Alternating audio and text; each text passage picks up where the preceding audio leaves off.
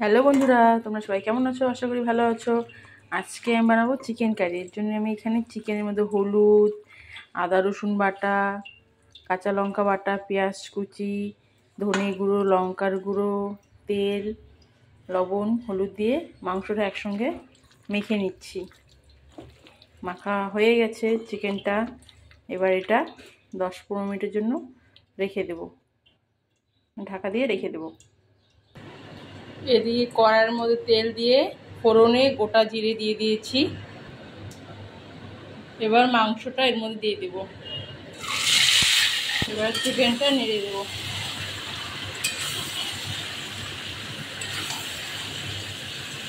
চিকেনটা 10-15 মিনিট বা 20 মিনিট ভালো করে কষিয়ে নেব মাংসটা।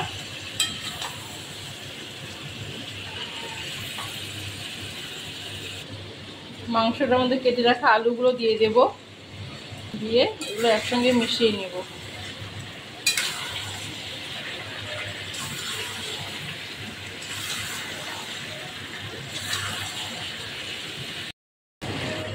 মাংসটা কষানো হয়ে গেছে।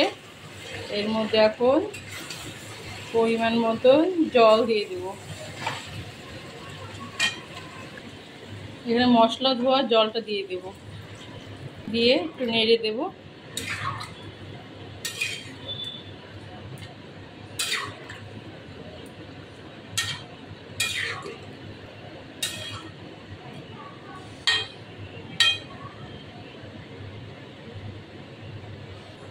তরকারিটা আমাদের ফুটছে, 10-15 মিনিট ফুটিয়ে নেব। দিয়ে দেবো জিরের গুঁড়ো, দিয়ে এটা মিশিয়ে নেব।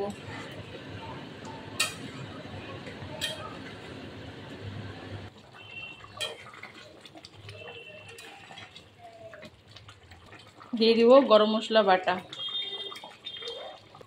একটু নেড়ে দেব। এটা এখন রেডি হয়ে গেছে, চিকেন কারিটা আমাদের রেডি হয়ে গেছে। এটা এখন নামিয়ে নেব। চিকেন কারি রেসিপিটা কেমন লাগলো তোমরা প্লিজ কমেন্ট করে জানিও। ধন্যবাদ।